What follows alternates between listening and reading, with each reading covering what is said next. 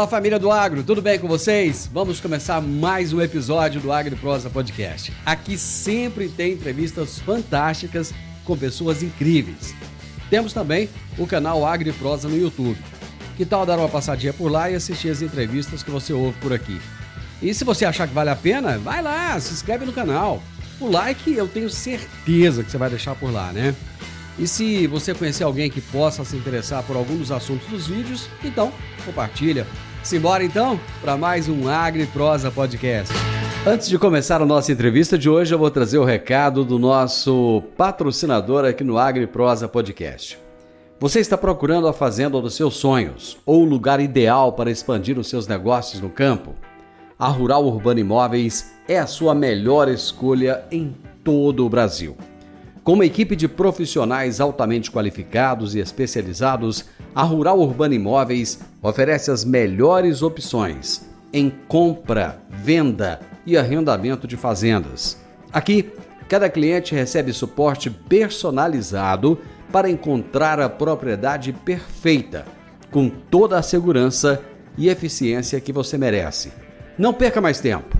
Contate hoje mesmo a Rural Urbano Imóveis pelo WhatsApp 64 992 48 27 94 e dê o primeiro passo em direção ao sucesso no agronegócio. Rural Urbano Imóveis, conectando você ao futuro do campo.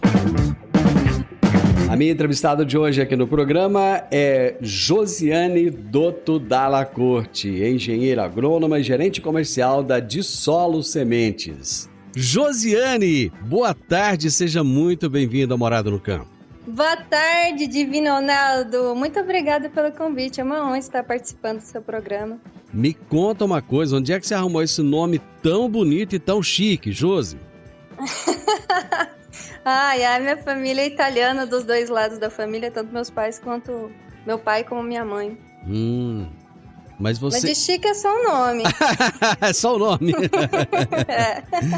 Ô, Josi, eu sei que você trabalha com soja e o tema da nossa entrevista de hoje é um tema até diferente, é uma pergunta, é um questionamento, né? Estamos instigando um questionamento. E eu já começo com ele. Soja é tudo igual? Não é tudo igual. O que é diferente, então? É tudo. Quem trabalha no campo sabe. Arquitetura de planta, cor de folha, ciclo, tecnologia. É muita coisa. A gente poderia falar a tarde inteira sobre esse assunto. Uma outra questão que é instigante é semente de soja. É diferente ou é igual grão de soja? Grão é o produto comercializado pelo produtor rural. O que é semente? Semente é um organismo vivo. Então, uma obtentora de genética cria uma cultivar, um multiplicador faz ela, vende a semente para o produtor, é um organismo vivo, ele planta e a partir dele segue todo o ciclo da cultura e colhe e comercializa o grão. Tudo é diferente, somente o preço. Hoje uma sacaria de soja comercializada na saca de 60 quilos é baseada no preço do mercado. A semente ela vai variar da tecnologia embutida nela, no germoplasma. Então é bem variável. E o preço de semente ele é variável, não é por saca. Hoje a média vai variar com PMG. O que é o PMG? Desculpa, PMG é o peso de 1.000 grãos para o produtor. Ela varia o preço de PMS, peso de 1.000 grãos de semente. Com as novas tecnologias hoje no mercado, ela pode variar o preço do quilo. Hoje uma cultivar ela pode ser convencional, transgênica, né? A primeira transgênica foi RR, para glifosato, para herbicida. E hoje nós temos a transgenia dela com herbicida, mais para a transgenia da lagarta. Então isso varia bastante o preço por quilo. Qual a diferença de uma soja convencional para uma soja transgênica? A soja convencional é uma soja sem tecnologia. São os primeiros materiais que são plantados desde aí, da década de 70 que começou realmente o plantio de soja. A transgênica para RR, que é bem conhecida no mercado, por herbicida glifosato. O que acontece? É para controle de plantas daninhas. Porque é difícil você controlar uma planta no meio de outra. Então, o que acontece numa planta transgênica RR? Você vai usar um herbicida que vai matar as plantas daninhas, que são as plantas que você não quer, no meio da cultura da soja, e a soja continuar presente. Então, assim... E tem a transgenia pré-intacta, que é para controle de lagartas. Existe cultivar certa ou cultivar errada? Não existe. Existe cultivar mal posicionada. Isso sim. Vamos esclarecer melhor o que é uma cultivar mal posicionada? Uma cultivar mal posicionada. Você tem que entender o limite da cultivar. O produtor vai plantar assim... Mas eu sempre pergunto, Josi, qual soja eu planto? Eu pergunto, qual que é o seu objetivo? Qual que é a sua realidade? Não, eu quero plantar num pivô dia 1º de outubro e a área é fértil. É uma realidade. Então, vai ter uma cultivar específica para plantar naquela situação. Tem problemas de nematóides? Não tem. Não, eu vou plantar numa área que foi pastagem, área de 2º ano, tem 10% de argila. Que cultivar eu planto? Então, assim, aquela mesma cultivar no pivô para a área de alta fertilidade, ela não é adequada para essa área com 10% de argila. Então, assim, não existe cultivar errado, existe cultivar mal posicionado.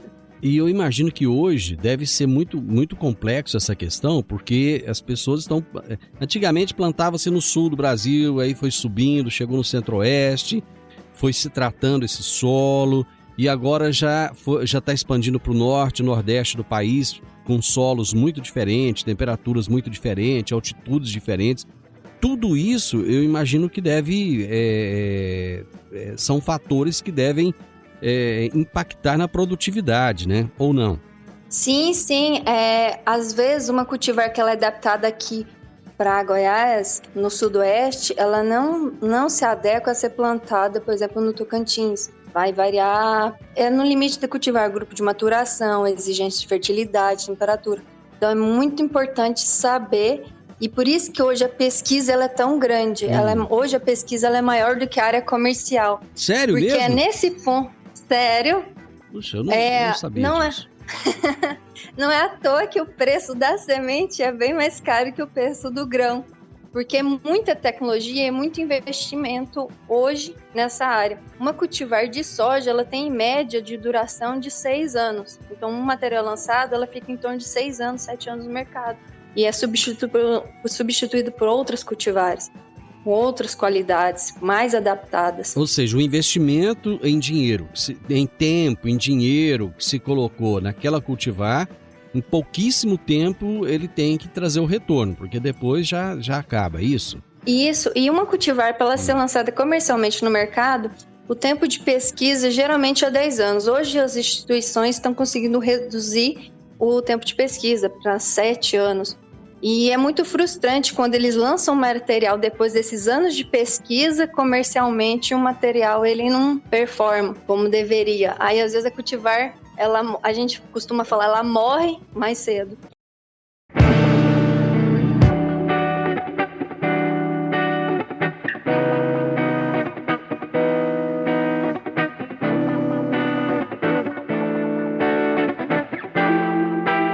Você estava falando, Josi, no final do primeiro bloco, a respeito de variedades que às vezes não performam. O que leva uma variedade a não performar? Sendo que se ela foi lançada, é porque foram feitos anos de testes e ela performou ali no campo de pesquisa, no campo de teste. Por que na vida real, digamos assim, ela acaba não performando? O principal motivo é que a gente não controla o clima, né? São tantas variáveis hoje quando o produtor planta uma área comercial, temperatura de solo, pluviosidade, né, chuva, estresse hídrico. Hoje uma cultivar de alto teto produtivo, ela é muito exigente, então qualquer condição adversa tende a diminuir produtividade. Tem materiais que podem render 100 sacas por hectare e outros 30, 20. Então, assim, isso tudo é variável com o clima. Tem cultivares que toleram melhor estresse hídrico. Eu costumo muito falar assim, já pensou uma soja de 96 dias de você plantar ela? Ela germinou em 96 dias, ela cresceu, vegetou, reproduziu e morreu. É um tempo muito curto, então qualquer situação adversa que acontecer nesse intervalo, seja doença, pragas, falta de chuva, podem interferir muito, impactar na produção. E às vezes tem um material que ele é muito produtivo, é lançado, e quando você leva ele a campo, às vezes ele não performa porque alguma condição adversa tornou ele variável. Genética, ela é variável com as condições climáticas. Então, o fenótipo da cultivar ela pode mudar de uma região para outra e de um ano para outro. O comportamento de uma cultivar esse ano ele pode ser diferente no ano seguinte, porque as condições climáticas elas não são exatamente iguais. Isso no mesmo local, por exemplo, numa mesma fazenda, eu posso plantar uma cultivar esse ano e ela ir muito bem, e ano que vem eu achando que as condições são semelhantes, mas digamos que haja uma variação do clima e aquela cultivar vai mal, é isso? Sim, pode acontecer isso. E uma cultivar pode ir bem no talhão, e no talhão da frente do mesmo produtor a cultivar não ir bem. Isso varia de talhão para talhão. Pois é, mas nesse caso o que muda? Porque a condição climática, por exemplo, é a mesma, de um talhão para o outro ali não existe uma variação muito grande. O que muda nesse caso? É o solo? O que é? Estrutura de solo e também a presença de pragas e doenças, nematóides e também o relevo não é o mesmo. Às vezes a profundidade do solo tem manchas, não é a mesma. Então assim, o solo não é igual, nem no próprio talhão ele é uniforme, a grande maioria das vezes. Então é por isso que às vezes o produtor planta e em determinado local ele colhe 90 sacas, no outro ele vai colher 60 sacas. É mais ou menos isso? Só para entender? Sim. O produtor rural hoje que tem na colhedora o GPS, à medida que ele vai colhendo, ela vai dizendo a produção e às vezes vai variando a produtividade em quilo à medida que ele vai colhendo, porque não é igual.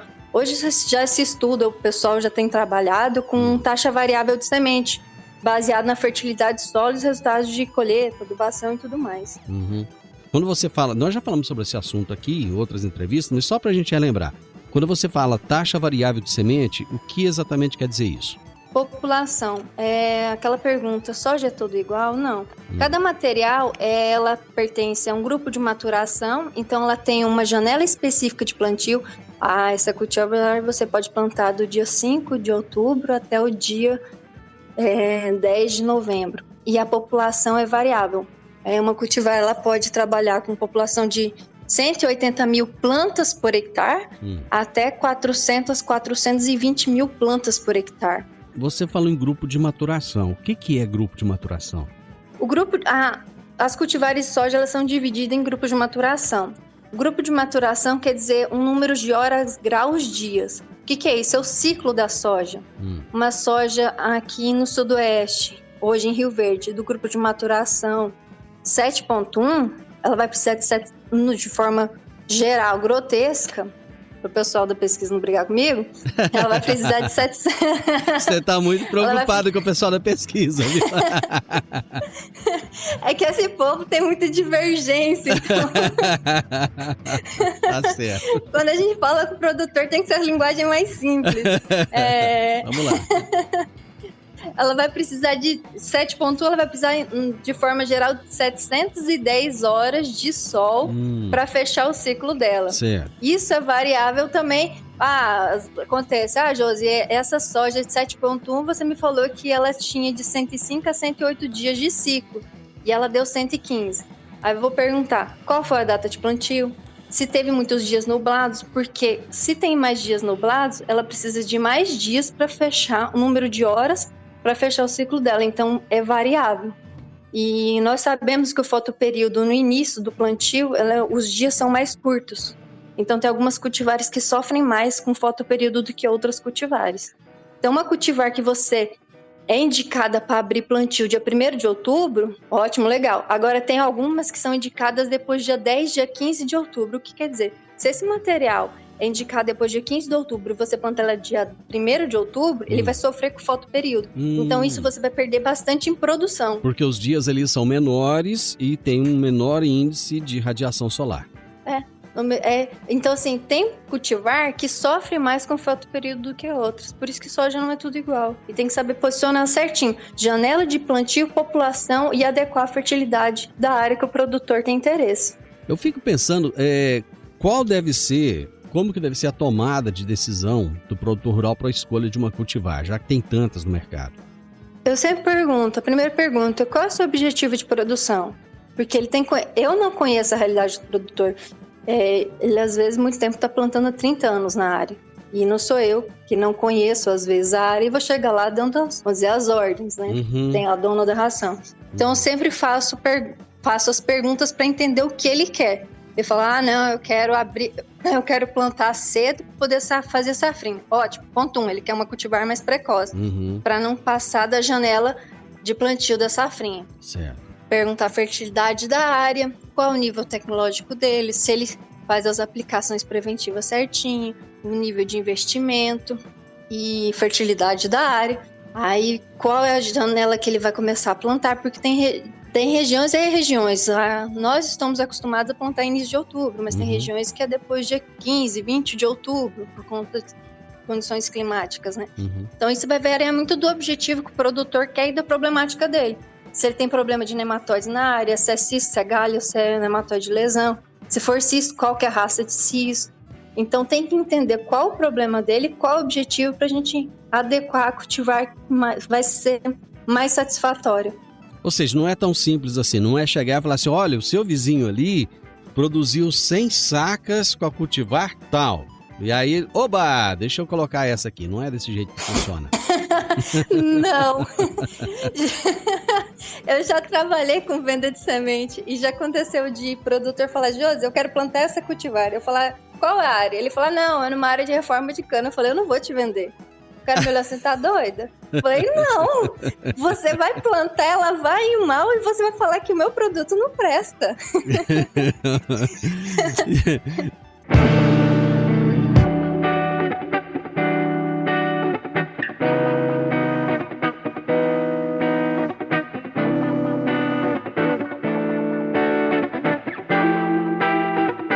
Gente, chegamos agora ao terceiro e último bloco dessa entrevista. Uma entrevista muito divertida. A Josiane é uma graça de pessoa e, assim, eu gosto disso, né? Esse bate-papo descontraído e ela traz a coisa, assim, de uma forma muito legal. E você estava falando, antes do intervalo, Josi, que acontece do produtor falar, olha, eu quero aquela cultivar ali que o meu vizinho plantou e que colheu muito bem. E você fala para ele, não, não vou te vender. E aí, me conta como é que esse papo vai desenrolar lá na frente? O produtor fica surpreso às vezes. Mas o que acontece? O sucesso profissional de qualquer pessoa é você passar confiança e credibilidade. Exatamente. E é aquela história. Você tem que entender a necessidade que ele quer e o que precisa. E hoje eu não comercializo mais semente de soja, né? Mas esse produtor, ele ficou meu cliente durante 5 safras seguidas. Ele não plantou a cultivar que ele queria. Ele plantou uma outra que eu indiquei. E foi assim. Mas não é fácil, não. Você precisa, porque, principalmente quem trabalha com vendas, é complicado. Porque geralmente a pessoa trabalha com comissão, né? E se ela não vender... E hoje é o grande problema do mercado. Porque, às vezes, uma cultivar, ela precisa de 400 mil plantas finais. E, às vezes, o vendedor... Para não perder a venda, posiciona, por exemplo, 350 mil plantas, 50 mil plantas a menos. Isso, às vezes, é uma negociação que a cultivar não vai performar, não vai produzir o que deveria, e o produtor nunca mais vai plantar cultivar. Então, às vezes, o sucesso de uma cultivar ou não, às vezes nem é o problema do material, é o posicionamento que está na ponta. Então, nem sempre está na genética. Não. Às vezes é o posicionamento mesmo. O produtor pode plantar qualquer cultivar na abertura de plantio? Não. Por que não? Tem cultivares que sofrem com fotoperíodo. E isso demanda muito. É uma cultivar, principalmente pivô. O produtor quer plantar para colher logo e plantar outra cultura aí na sequência, né? Se ele...